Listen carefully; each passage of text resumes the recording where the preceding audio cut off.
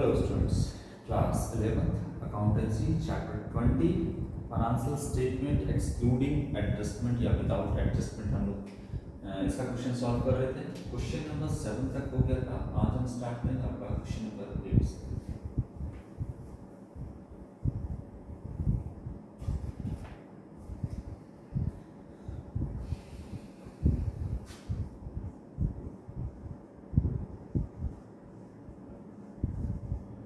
Closing stock is appearing in the trial balance. It's shown in financial statement.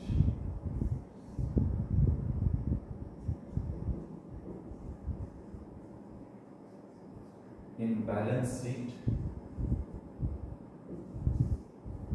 we have in profit and loss account, in trading account और D है आपका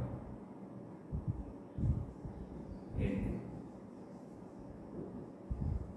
trading account and balance sheet। Closing stock जो है appear हो रहा है trial balance के अंदर, ठीक है। तो इसका क्या मतलब है? इसका मतलब ये है कि इसको परचेज से एडजस्ट कर दिया गया है ना। देखिए क्लोजिंग स्टॉक जो है आपका वो ट्रायल बैलेंस के अंदर दिख रहा है। इसका ये मतलब है, जैसे सीओजी इसका फॉर्मूला क्या होता है? Cost of goods sold opening stock plus net purchase plus direct expenses less closing stock, ठीक है। तो सीओजी इसका ये कि opening stock, net purchase, direct expense और लेस क्लोजिंग स्टॉक इन कर जाता है आपका कॉस्ट ऑफ गुड्स सोल्ड, है ना। और अगर बोलता है कि ट्रायल बैलेंस के अंदर है, इसका मतलब है कि वो क्या किया गया है, आपका परचेज से एडजस्ट कर दिया गया है ना। तो ये ट्रेडिंग अकाउंट में नहीं दिखेगा, ये कहाँ दिखेगा? ये दिखेगा आपका सिर्फ और सिर्फ बैलेंस शीट में। ये क्या था कि अगर आपका क्लोजिंग स्टॉक जो है वो ट्रायल बैलेंस से बाहर होता है, तब वो परचेज से एडजस्ट नहीं किया गया होगा, तब आपका वो ट्रेडिंग अकाउंट में भी दिखेगा, ट्रेडिंग अकाउंट के क्रेडिट साइड में भी दिखेगा और बैलेंस शीट के एसेट साइड में भी दिखेगा, ठीक है। ट्रेडिंग में भी दिखेगा और बैलेंस शीट में दिखेगा। जब क्लोजिंग स्टॉक ट्रायल बैलेंस के बाहर है तो वो परचेज से एडजस्ट नहीं किया गया होगा, तो आपका कहाँ दिखेगा? वो फिर आपका ट्रेडिंग अकाउंट के क्रेडिट साइड में दिखेगा और बैलेंस शीट के एसेट साइड में दिखेगा। लेकिन अगर ट्रायल बैलेंस के अंदर दिया है तो इसका मतलब कि क्लोजिंग स्टॉक को एडजस्ट कर दिया गया है और वो सिर्फ कहाँ जाएगा? तो बैलेंस शीट में जाएगा, ठीक है। तो आपका ये ऑप्शन ए जो है वो करेक्ट होगा, balance sheet. Profit and loss account में तरह से भी क्लोजिंग स्टॉक में नहीं दिखते हैं, ट्रेडिंग अकाउंट में फिर नहीं जाएगा और ट्रेडिंग एंड अकाउंट और बैलेंस शीट में नहीं। बैलेंस शीट में तो जाएगा लेकिन ट्रेडिंग अकाउंट में नहीं जाएगा, सिर्फ कहाँ जाएगा? बैलेंस शीट में। तो ऑप्शन ए जो है वो करेक्ट होगा। अब इसको ध्यान में रखो कि कैसे होता है, मतलब जैसे मैंने बताया इसका डिटेल एक्सप्लेनेशन जो है आपका वो हम बता चुके हैं। इसका जब हम वीडियो सीरीज जो है मेरा उसमें है, इसमें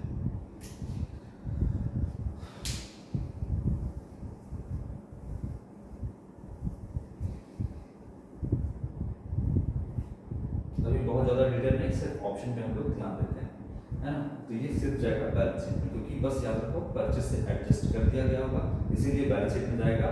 अगर परचेज से एडजस्ट नहीं होता तो क्लोजिंग स्टॉक ट्रायल बैलेंस के बाहर होता, तो फिर ट्रेडिंग के क्रेडिट में और बैलेंस शीट के एसेट में दोनों में आता है। Question number 9।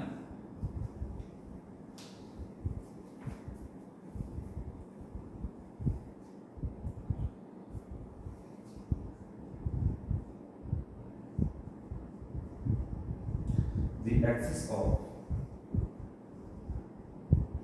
Debit in trading account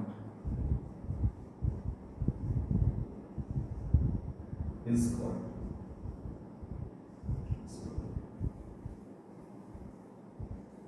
option A net profit, option B net loss, option C gross profit और option D gross loss। तो अभी तो मैंने आपको इसका लास्ट वीडियो में बताया था कि क्या बनाते हैं trading and profit and loss account, जिससे हम बिजनेस के प्रॉफिट एंड लॉस के बारे में जानते हैं। तो क्या कहता है excess of debit in the trading account. ये ऊपर वाला आपका क्या है ट्रेडिंग अकाउंट और नीचे प्रॉफिट एंड लॉस अकाउंट है। इसकी बात करते हैं तो यहाँ पर बाय सेल्स, मान लो 150 रुपये का नेट सेल है और बाय यहाँ पर अगर क्लोजिंग स्टॉक अगर ट्रायल बैलेंस के बाहर है तो यहाँ भी दिखेगा क्लोजिंग स्टॉक मान लेते हैं 50 रुपये का है और टू ओपनिंग स्टॉक 20 रुपये का है। नेट परचेज यहाँ पे नेट परचेज जो है वो 30 रुपये का है, ठीक है 30 रुपये का है और टू जितना भी डायरेक्ट एक्सपेंस है वो मानते हैं 50 रुपये का। तो क्या निकल जाएगा ग्रॉस प्रॉफिट CD यहाँ आएगा 100 रुपये, ठीक है। ग्रॉस प्रॉफिट कितना आएगा 200 इधर और इधर हो गया 100 रुपये, 100 रुपये ग्रॉस प्रॉफिट आएगा, ये होता है। अच्छा क्या हुआ एक्सेस ऑफ डेबिट साइड, अगर उल्टा हो गया तो क्या होगा ये पूछ रहा है, ठीक है ये तो ग्रॉस प्रॉफिट हो गया। यानी अच्छा इसका ग्रॉस प्रॉफिट का क्या मतलब हो गया, ग्रॉस प्रॉफिट का मतलब एक्सेस इन डेबिट नहीं क्रेडिट साइड। तो क्या निकल जाएगा अगर क्रेडिट साइड ज़्यादा है और देखिए डेबिट साइड देखिए उल्टा हो गया। डेबिट क्रेडिट साइड जो है ये क्रेडिट साइड है, ये डेबिट साइड, क्रेडिट साइड ज़्यादा है और डेबिट साइड कम है। सब मिला देंगे कितना हो जाएगा 100 रुपये और इधर 200 रुपये। तो क्रेडिट साइड ज़्यादा है डेबिट साइड कम है तो क्या आएगा ग्रॉस प्रॉफिट आएगा 100, ग्रॉस प्रॉफिट आएगा कब excess of credit in trading account, excess of credit in trading account तो क्या आएगा ग्रॉस प्रॉफिट आएगा, ठीक है। उल्टा पूछ रहा है, हम ग्रॉस प्रॉफिट है उल्टा तो बता ही दोगे आप, डेबिट साइड ज़्यादा है, ठीक। अब मान लो सब मिला करके इधर कितना हो गया तो ओपनिंग स्टॉक 50 है, ठीक, नेट परचेस 150 रुपये है और यहाँ पर डायरेक्ट एक्सपेंस 50 रुपये है। तो इधर जोड़िए 200 रुपये, इधर जोड़िए तो आ रहा है 250 रुपये। यानी डेबिट साइड क्या है, डेबिट साइड जो है यहाँ देखिएगा वो क्या है एक्सेस है यानी ज़्यादा है। तो क्या आएगा बाय ग्रॉस लॉस आएगा कितना का 50 रुपये का ग्रॉस लॉस। तो डेबिट साइड अगर ज़्यादा आएगा तो क्या आएगा ग्रॉस क्या आएगा आपका ग्रॉस लॉस आएगा, ठीक है ना। तो ट्रेडिंग अकाउंट में ग्रॉस प्रॉफिट और ग्रॉस लॉस करते हैं। और क्या पूछ रहा है इसमें ट्रेडिंग अकाउंट में पूछ रहा है, तो ट्रेडिंग अकाउंट में या तो ग्रॉस प्रॉफिट आएगा या तो ग्रॉस लॉस आएगा। अगर डेबिट साइड ज़्यादा है तो ग्रॉस लॉस आएगा। अगर नेट प्रॉफिट अगर पूछता है कि the excess of debit in profit and loss account तब होता है आपका नेट लॉस बना कर दिखा देते हैं बाय इधर होगा ग्रॉस प्रॉफिट इधर ट्रांसफर करेंगे B.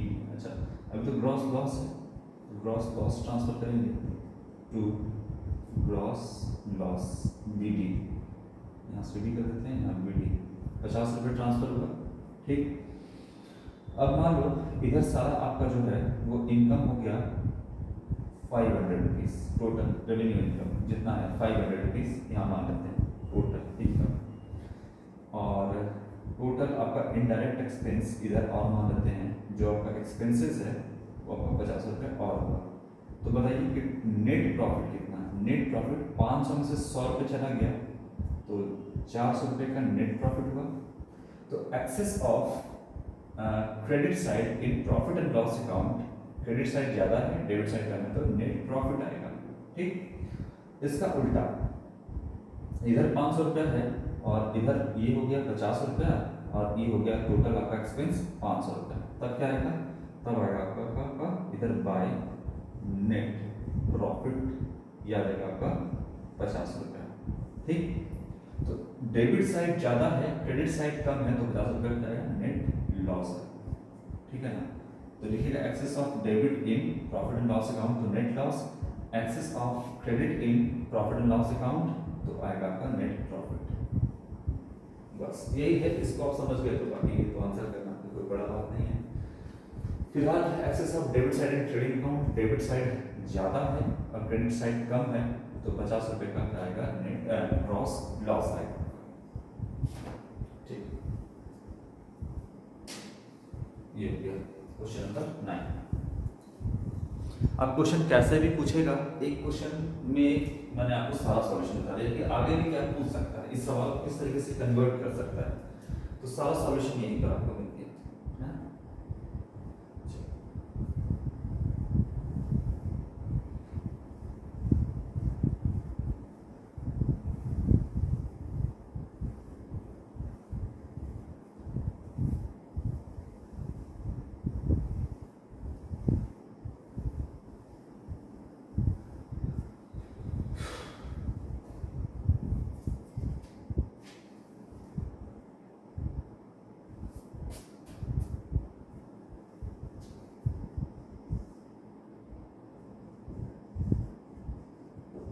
Prepaid expense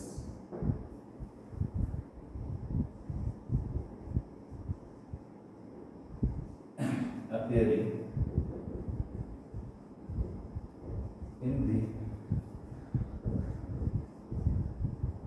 trial balance will figure in, कहाँ दिखाएंगे,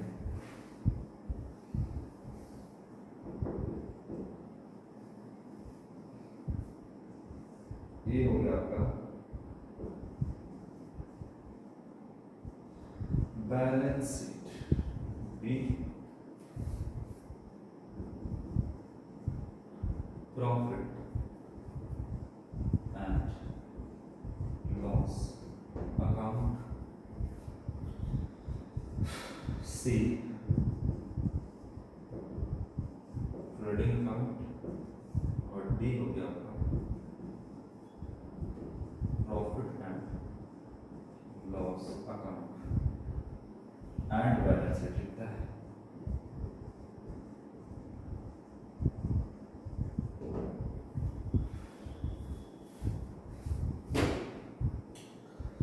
प्रीपेड एक्सपेंस जो है अपीयर कर रहा है ट्रायल बैलेंस के अंदर, तो कहाँ ले जाएंगे?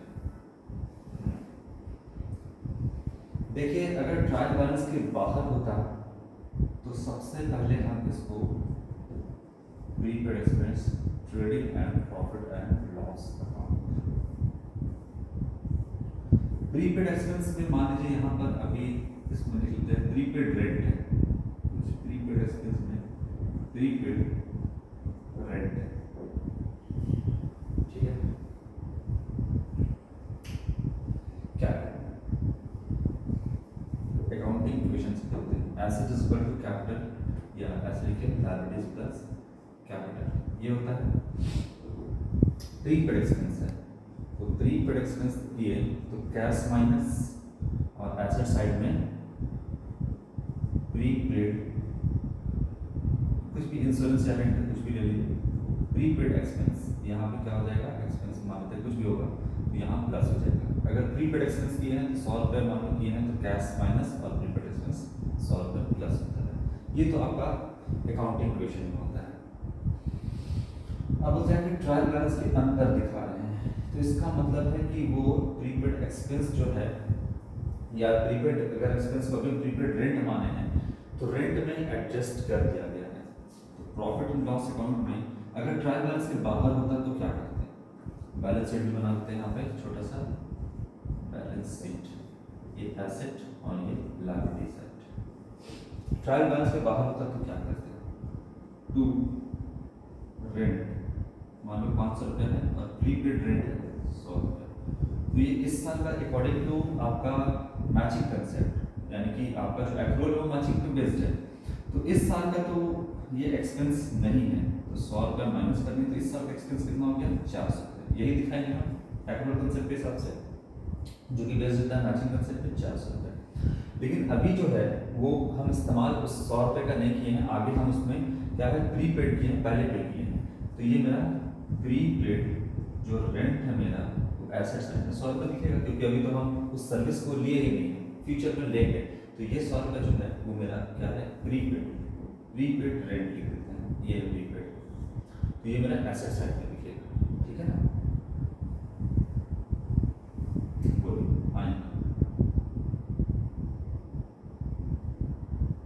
रेंट पे करना था 500 रुपया, जिसमें से 100 रुपये साल का नहीं, तो माइनस कर दिया और एसेट साइड में दिखा दिया, तो दिक्कत। तो ये आपका दिखेगा यहाँ। लेकिन यहाँ क्यों माइनस किए? यहाँ इसलिए माइनस किए क्योंकि ये प्रीपेड रेंट आपका ट्रायल बैलेंस के बाहर एडजस्टमेंट में दिया था, तो ये एडजस्टमेंट करेंगे। ट्रायल बैलेंस के अंदर दिया था तो इसका मतलब क्या पता है? इसका मतलब कि वो रेंट से एडजस्ट कर दिया गया है। इसका मतलब पता है? ट्रायल बैलेंस के अंदर रेंट से एडजस्ट कर दिया गया है, तो रेंट कितना दिखेगा 400। जो 400 हम यहाँ पे माइनस करके किए थे वो डायरेक्टली 400 एडजस्ट दिखेगा, तो यहाँ पे कितना दिखेगा 400, यानी प्रीपेड ऑलरेडी माइनस किया हुआ इसमें। तो प्रीपेड यहाँ तो नहीं दिखेगा, तो सिर्फ कहाँ दिखेगा? बैलेंस शीट के एसेट साइड में दिखेगा। आप कहाँ दिखेगा बताइए? प्रीपेड एक्सपेंस अगर ट्रायल बैलेंस के अंदर है तो इसका मतलब वो रेंट से एडजस्ट कर दिया गया होगा, तो यहाँ पर 500 में से 100 माइनस करते 400 लिखते हैं, यहाँ पे एडजस्ट कर दिया तो सीधा 400 रहेगा यहाँ पे, तो 400 रुपये यहाँ पे दिखेगा। तो ये सिर्फ कहाँ दिखेगा? बैलेंस शीट में दिखेगा और कहीं नहीं दिखेगा। कब? जब ट्रायल बैलेंस के अंदर होगा तब, और ट्रायल बैलेंस के बाहर होगा तो कहाँ दिखेगा? तो फिर आपका दिखेगा PL profit and loss account में भी दिखेगा और बैलेंस शीट में भी दिखेगा, ठीक है। कब? जब ट्रायल बैलेंस के बाहर होगा तब। Appearing in the trial balance दिखता है, appearing in the trial balance है, इसका मतलब कि यहाँ पर वो एडजस्ट कर दिया गया है, रेट 400 ही दिख रहा है, तो सिर्फ कहाँ दिखाएंगे? यहाँ दिखाएंगे। बात सही आ रहा है? तो ये ऑप्शन नंबर ए करेक्ट होगा। प्रॉफिट एंड लॉस अकाउंट में दिखाते हैं कब? जब आपका ट्रायल बैलेंस के बाहर होता है, लेकिन सिर्फ प्रॉफिट लॉस में नहीं दिखाते हैं, बैलेंस शीट में दिखाते हैं, ट्रेडिंग में नहीं दिखाते हैं, है ना। या ट्रेडिंग में भी कब होगा? जब कोई चीज प्रीपेड होगा। खैर ट्रेडिंग में भी यहाँ पे नहीं होगा इस क्वेश्चन के हिसाब से। Profit and loss account and balance sheet में ये नहीं होगा, है ना। सिर्फ कहाँ होगा? Balance sheet. तो बैलेंस शीट में ऑप्शन नंबर ए करेक्ट इस क्वेश्चन के हिसाब से। बाकी एक्चुअल कंसेप्ट और कंसिस्टेंट आपका पढ़ा हुआ है, जो कि बेस्ड होता है मैचिंग कंसेप्ट पे, तो फिर उस कंसेप्ट पे चलिए, कोई दिक्कत नहीं होगा। कहाँ दिखाएंगे, कैसे दिखाएंगे, सब क्लियर होगा आपका। तो फिलहाल ये भी दिखेगा अभी बैलेंस शीट, बस इतना ही समझिए यार। प्रीपेड है तो रेट से एडजस्ट कर दिया गया होगा, यानी 500 रेट था, 100 रुपये पहले ही माइनस कर दिया गया होगा, 400 यहाँ पे एक्सपेंस दिखेगा, बाकी दिखेगा आपका एसेट साइड में 100 रुपये। वहाँ तो दिखेगा ही दिखेगा। यहाँ कब दिखेगा? यहाँ जब ट्रायल बैलेंस के बाहर रहेगा तब दिखेगा यहाँ पे। और कैसे दिखेगा? तो माइनस प्रीपेड एक्सपेंस 100 रुपया, 400 रुपये दिखाएंगे। चलिए ये हो गया आपका balance sheet.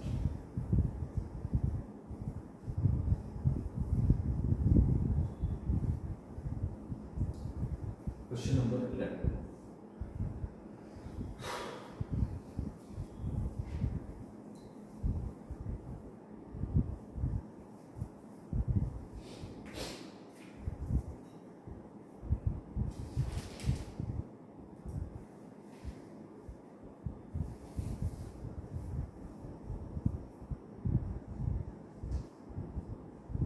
Wages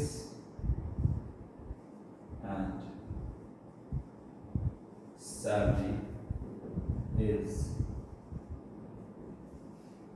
debited to A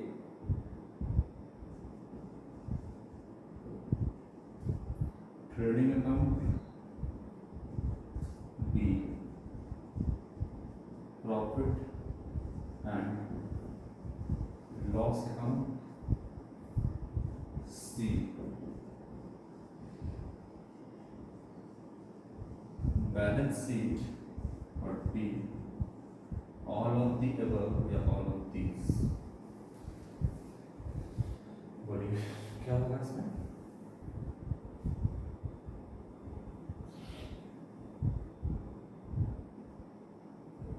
देखिए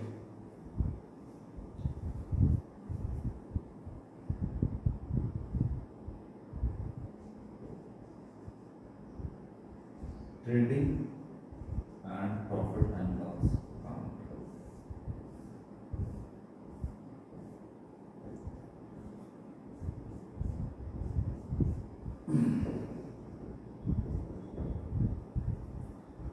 यहां पर दो चीज हो सकता था, एक है आपका वेजेस एंड सैलरी जो कि लिखा हुआ है, और एक है आपका होगा सैलरी एंड वेजेस। ये चीज दो चीज आपका रहता है। अब ये दोनों कहाँ दिखेगा?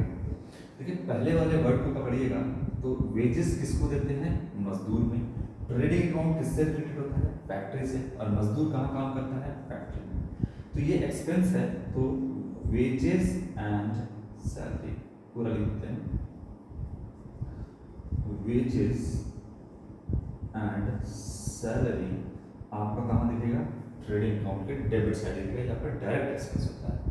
अच्छा, फैक्ट्री में वेजेस और सैलरी में बेसिक डिफरेंस क्या है? वेजेस का मतलब हो गया मजदूरी। जो मजदूर काम करता है वो मेंटली काम नहीं करता है, फिजिकली काम करता है, दिमाग से वो काम उसका नहीं है, बल्कि जो फिजिकल है, जो शारीरिक क्षमता है उसके हिसाब से काम करता है, और उसके बदले जो उसको दिया जाता है डेली बेसिस पे या फिर वीकली बेसिस पे, उसको बोलते हैं वेजेस।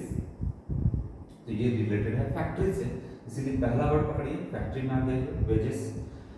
दूसरा है सैलरी। अब फैक्ट्री में मैनेजर वगैरह भी जो काम करता है, सारे चीज़ को हैंडल करना है फैक्ट्री में, जो मैनेजमेंट का टीम है, मैनेजर्स वगैरह जो वहाँ पे हैं, जो एम्प्लॉय काम कर रहे हैं, वो भी तो फैक्ट्री में होते हैं, वो काम करवाते हैं, ठीक? तो उनको क्या मिलता है? सैलरी। वो मंथली उनका काम है, और महीना में एक बार जो है उनको पेमेंट मिलता है, वो होता है आपका सैलरी।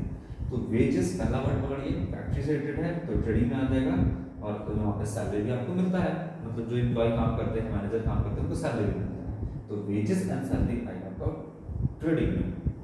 अब दूसरा है सैलरी, इसमें पहला वर्ड को पकड़िए, तो सैलरी है। सैलरी किसको मिलता है? एम्प्लॉय जो कि ऑफिस में काम करते हैं या फिर आपका शोरूम में काम करते हैं। तो जो भी आपका फैक्ट्री से रिलेटेड है तो डायरेक्ट एक्सपेंस हो जाएगा, तो यहाँ आएगा। लेकिन ये जो सैलरी है वो इनडायरेक्ट है। पहला वर्ड पकड़िएगा तो सैलरी दे रहे हैं, तो सैलरी किसको दे रहे हैं? तो सैलरी दे रहे हैं एम्प्लॉइज को जो कि मेरा ऑफिस में काम कर रहा है, मेरे शोरूम में काम कर रहा है। तो पहला वर्ड पकड़िएगा तो ये इनडायरेक्ट हो जाएगा, यहाँ आ जाएगा। अच्छा, इसके बाद इसमें क्या लिखा हुआ है? वेजेस। अच्छा, फैक्ट्री में मजदूर काम करते हैं तो इसको पहले लिए, दूसरा ये है कि वेजेस हो गया। तो वेजेस आपका, अब मजदूर तो आपका काम कर सकते हैं डेली बेसिस पे, जो है आप ऑफिस में भी या शोरूम में भी वो काम कर सकते हैं, छोटा मोटा काम कराने के लिए मजदूर को रख सकते हैं। तो पहला वर्ड को सैलरी हो गया, तो ये ऑफिस और शोरूम से रिलेटेड है, ये इसलिए इनडायरेक्ट एक्सपेंस है, उसको प्रॉफिट एंड लॉस अकाउंट में दिखाएंगे। तो ये आपका डायरेक्ट हो गया और ये आपका इनडायरेक्ट हो गया, तो वो चला जाएगा ट्रेडिंग, यानी फैक्ट्री से रिलेटेड है तो ट्रेडिंग में, और ये ऑफिस या शोरूम से रिलेटेड है तो पीएल में जाएगा। अब यहाँ क्या लिखता है? वेजेस एंड सैलरी, तो कहाँ जाएगा? देखिए वेजेस एंड सैलरी ट्रेडिंग में जाएगा, तो ट्रेडिंग अकाउंट कर देंगे। अगर यही पूछता सैलरी एंड वेजेस तो कहाँ जाता है? प्रॉफिट एंड लॉस अकाउंट में जाता है, ठीक है। और ये चूंकि एक्सपेंस है तो बैलेंस शीट में नहीं जाएगा, ऑल ऑफ दिस भी नहीं होगा, और इस केस में प्रॉफिट एंड लॉस अकाउंट भी नहीं होगा, तो ट्रेडिंग अकाउंट करेक्ट ऑप्शन है।